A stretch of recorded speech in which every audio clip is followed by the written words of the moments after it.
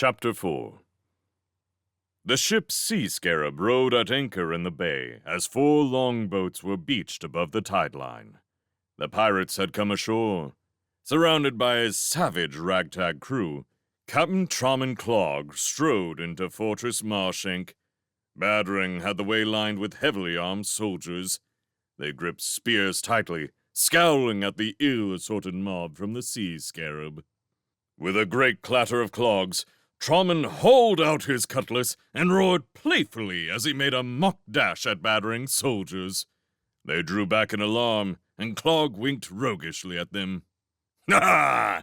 Caught you napping there, mateys. You've all gone soft playing at being landlubbers. Ho there, Frogbit, Nipwort, and you, Fleabane. Been a bit of water passed under the keel since we sailed together. You're looking plump and prosperous these days." Swaggering up to the tyrant's wooden long hut, Clog booted the door.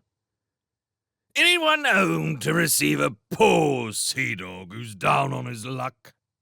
The weasel Captain Hisk swung the door open and announced in a dignified manner, "Enter, Captain. My master awaits your pleasure." "Oh, do he now? Well, ain't that pretty?" A sea rat called Oilback sniggered at Hisk. Battering knew he was playing a dangerous game, but slyness and treachery had always been the order of the day between himself and Clog. The idea was for neither stoat to show he was afraid of the other, and to keep up a pretense of being old friends. With this in mind, Battering rushed at his former partner, hugging him tightly as he dropped into Corsair sling. Well, burn me bilges, if it ain't Captain Troman Clog. How are ye old wave dog? Troman pounded the other's back, grinning widely. "Battering, me messmate, strike me, but you're looking fit as a fish and spry as a wasp. Ah, it is good for me old eyes to see ye again, me hearty. Look what I've brought for you." At a signal from Clog, 2 sea rats upended a cask upon the table. They smashed in the head and scooped out 2 beakers, which they presented to the stoats. Battering brought the drink swiftly to his mouth, halting slyly as Clog took a great gulp of his. It flowed down the pirate stoat's chin pleats as he swigged noisily. "Damson wine, matey, the best on earth, and all for me and you." Battering took a drink that was more of a sip than a gulp. "Prime stuff. You us knew a good barrel of drink, you rascal." Clog released Battering and slumped down in the tyrant's throne chair, resting his clogged footpaws noisily on the table. "Just like in the old days, eh? Just like in the old days, eh?" Battering seated himself on the edge of the table, smiling. "Aye, just like in the old days, mate. How long is it since we were last together, do you reckon?" Clog took another swig, grinning and winking. Battering took a sip, pursing his lips. "Too long, I'd say. Troman, it's good to see you again." They continued to play the game, this time with Clog's paw straying close to his cutlass, while Battering toyed with the bone handle of a long, skinning dagger. "I recalls when we was last together, you left me stranded on a reef whilst you sailed off with 2 slaves, half of which was mine by rights. Half of which was mine by rights." Now the pirate's voice began to carry a menacing undertone. Battering's face was the picture of injured innocence. "Me sailed off and left you. More the other way round, as I recall. There was a mighty storm, and we were blown off course. My vessel was wrecked, and the slaves lost, all of 'em. When you never turned up to help me, I trekked off overland and ended up in this place." In a trice, the time for merriment and reminiscence was over. Clog hurled his beaker at the wall and stood up. "Aye, and look at you now, Lord Battering, if you please. Surrounded by a fine fortress and a passel of slaves, I'll wager. Well, I wants what's due to me. I've come for me share. Battering leaped up, confronting his enemy eye to eye. I worked too hard to get what I've made here, Clog. Your share is nothing, and that's what you'll get. Hear that, lads? The pirate stoat drew his blade. Let's show this black-hearted swab that we ain't here to beg. We've come to take a full complement of slaves to row the sea scarab from all 3 decks. With a wild roar, Clog's crew unsheathed their weapons and stood ready for slaughter. Make a move and your captain is a dead-un. The tyrant made his move like lightning. Kicking aside Clog's blade, he grabbed the stoat's pleated beard. A dagger appeared in his other paw, dangerously close to Trauman's throat.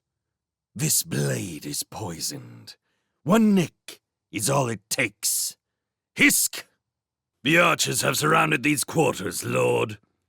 The weasel captain called from the doorway. They're standing ready with poisoned shafts. None of this scum will leave alive. Clog held up a paw to his crew. Wait! Hold your rush, lads! Put those carvers up. He was still smiling, but Battering could sense the animal rage behind Clog's grinning features as the pirate addressed him. You win, matey, though I never thought you'd use a dirty trick like poisoned weapons against an old shipmate. Put up your blade. I'll go peaceful like, back to me ship. Battering stood at the main gates until every last corsair was out of his fortress. The tyrant was satisfied he had outwitted his foe without bloodshed, which would have been considerable on both sides if a fight had broken out inside Marshink. The archers had their shafts trained on Clog as he jabbed a warning paw at his enemy. That's twice you've crossed me, Battering, but the 3rd time, I'll win. I'm going, but ye can take an oath I'll be back, so don't rest easy, matey. One dark night, I'll slip in when you're least expecting it. Then I'll slit your gullet, take the slaves, and burn this fancy place down around your dead ears. That's a promise. Owing to the heightened tension and upset of the pirate's visit, it was not until late night that the prisoners were fed. Armed with a bowl of kitchen scraps and accompanied by Gerard, a young male otter named Kayla stood dropping the leftovers through the grating to the prisoners below. Gerard drew his cloak close against a chill breeze from the sea. He wanted to be back by the fire, eating roasted fish and drinking the damson wine that Clog had left. The rat shoved Kayla sharply. Come on, you. Stay your stumps. It's cold out here. Kayla shrugged as he sat down on the grating, poking scraps between the bars 1 bit at a time. Cold, sir. I think it's quite warm out here. Still, you do look a bit drawn and peakish. Maybe you're coming down with fever. Fever? I ain't got no fever. The rat shuddered and sniffed. Gerard was quite taken aback when the young otter stood up and tucked the cloak more snugly around him. You never know, sir. Those sea rats bring all kinds of illness ashore with them. Why don't you take yourself indoors by the fire and have a nice beaker of wine? I'll see to these idiots. They're only making things harder for us other slaves, behaving the way they do. Dim-witted fools. You run along now, sir. I'll take care of feeding these 3. Gerard hesitated a moment, then shivered as a fresh wind blew around him. That seemed to settle the issue. Listen, I'm getting inside where I'll be warmer. Don't be too long out here, and report straight back to the compound guard when you're finished. Do you hear? Kayla threw the rat a smart salute. Don't you worry, sir. I need my sleep. I won't be long. Better hurry now. Your eyes look a bit cloudy to me. Gerard needed no further urging. He scurried off shivering and rubbing at his eyes, convinced he was sickening for fever. Giggling quietly to himself, the otter pressed his face to the grating and called down, "Feldo, are you all right?" The squirrel stood upon Martin's shoulders and drew himself up so he was close to the bars. "Kayla, my friend, listen carefully. Here's what I want you to do. Rose and Grum stood on the tide line, watching the silvery wake of sea scarab as the craft headed out, veering on a southerly tack into the open sea. Yeah, Miss Rose. When you suppose the villains wanted? Rose tossed a pebble into the shallows. I have no idea, Grum. But whatever it was, they didn't seem too happy leaving here. The two companions walked back to the fortress walls, to the spot beneath the main gates where Rose had conversed with Martin. The mousemaid looked up at the twin posts with rope ends blowing loosely from it in the night wind. I hope Martin is all right. Trust Badrang to think up something cruel like that, binding a poor creature up there in the middle of a storm. Grum held up a paw for silence. Shush now. Shush now, Rosa. Do you hear that? Some beast is hanging. Kayla had a fine, deep voice that carried well. Rose and Grum listened to his song as it drifted over the walls to them.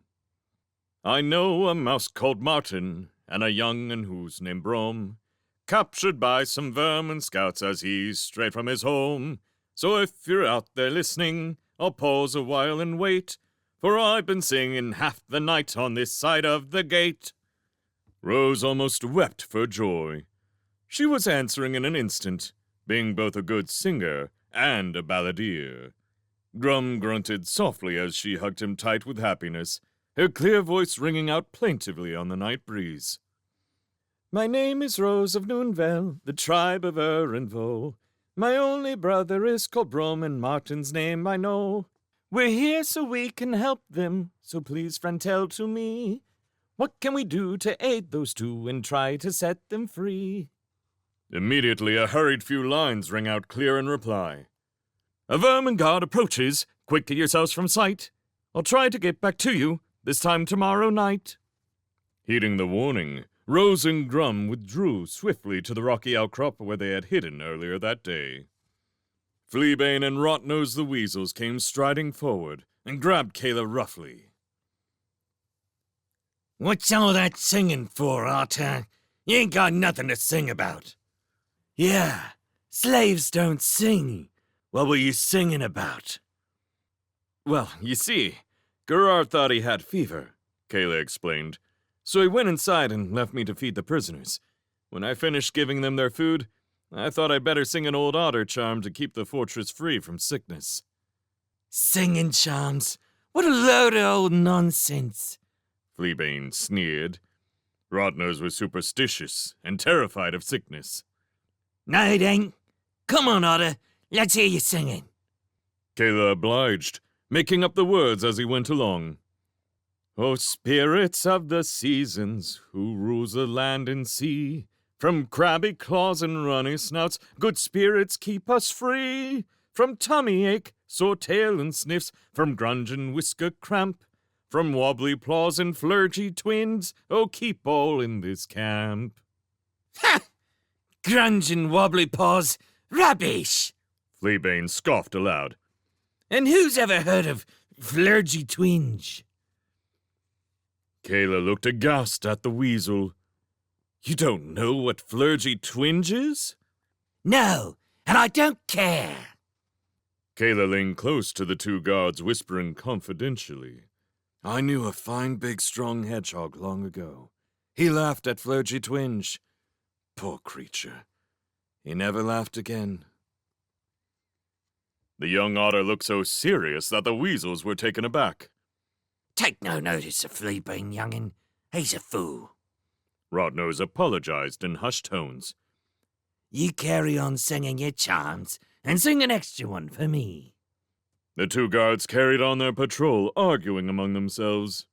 Wobbly paws and grunge, I still don't believe it. Listen, you, don't scoff at what you don't know about. Look at that mark on your ear. That could be the start of grunge. Well, what mark? There, that sort of yellow mark on your left ear. Can't you see it? Loaf brain, how can I see me own ear? Does it look serious? Well, it wasn't there at the start of the season. I think we'd best learn the words of that charm. How does it go? From flirgy paws and grungy tummy, spirit keep us free, wobbly liskers and da-de-da. Da-de-da yourself, Boulder Bottom. They're not the right words. Kayla laughed aloud as he made his way back to the compound.